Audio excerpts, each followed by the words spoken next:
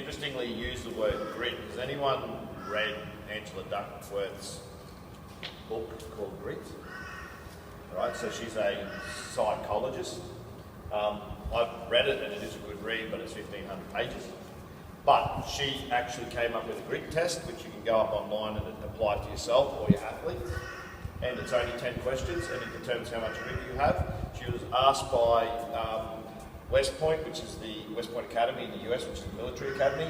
They were trying to work out why so many of the people that they were picking to get into their academy were dropping out. When they were the best at school, they were the best, like the smartest. They felt they had the smartest and brightest. And what she did is she looked at over time and came up with what's called the grit test. And they can actually, using the grit test now, they can determine who's less likely to drop out and fail. And it's actually based on this stuff. So it's the people who fail the most and continue to plough through and face adversity tend to be the most successful because they don't quit. That makes sense. So grit is actually a measure of who's going to give up. Right?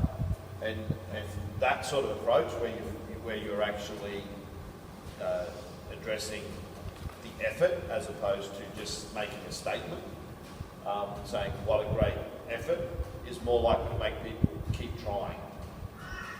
Okay, so one of my sayings is to try is not to fail is not to try.